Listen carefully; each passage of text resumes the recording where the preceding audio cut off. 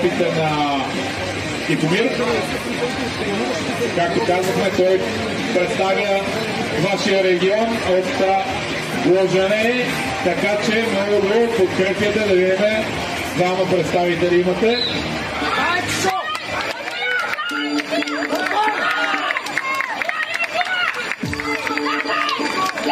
Малко трудно тръгна, но разбира доста добра линейна скорост.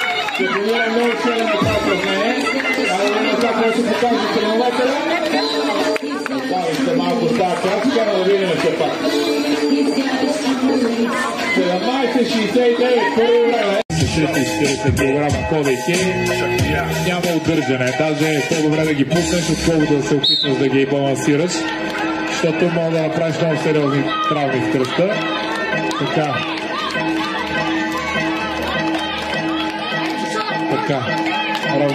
Равномерни крачки, които, както вижте, гледа да не клати, да ходи равномерно, да движи краката без да клати много таза, за да не го разбутва.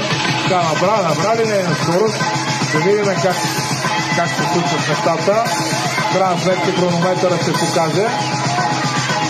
Добре, набира скорост, което е уверено тръгнал, обаче я да видим сега.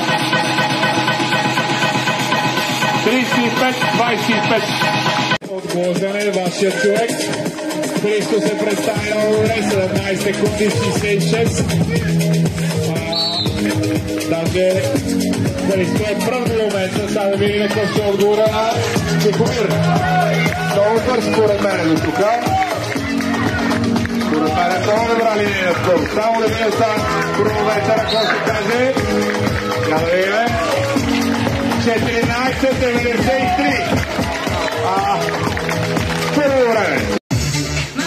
Създават от миналата година в Стронгмена. Би трябва да е упражнение, което няма да го затрудни въобще. Тогава да го подкрепиме. Все пак Христо и Тихомир представят вашия район. Така че трябва да ги подкрепиме.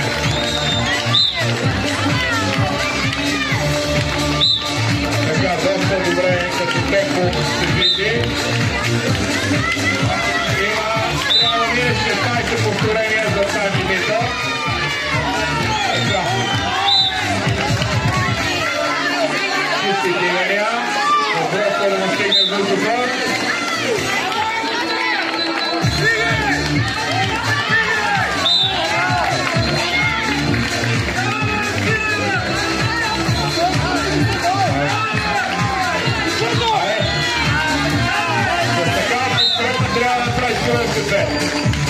Времето ли мина, съдятел?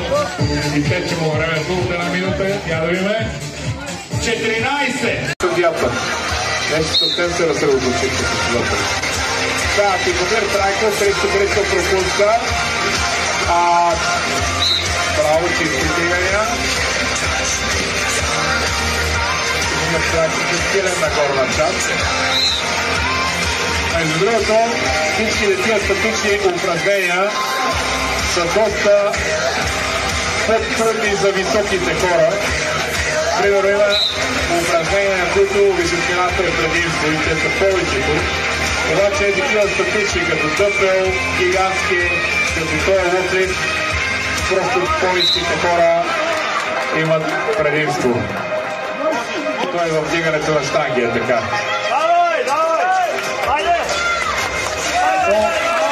Но това е само за тези статичните раменни упражнения. За всичко друго, височината си оказва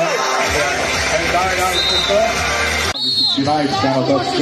Дори при носенето по-дългите крака по-бързо се придвижва човек. Така че, така. Няма да видим сега, според мен тази няма да има нужда да си ги качва на коленете, директно ще ги метна горе. Реши да не рискува. Все пак 120 кг са си много сериозна тежест, да ви кажа. Но помислите, че е леко, ще напред един кило 120 кг и се опитайте да го местите там, качвате нещо и така нататък. Браво!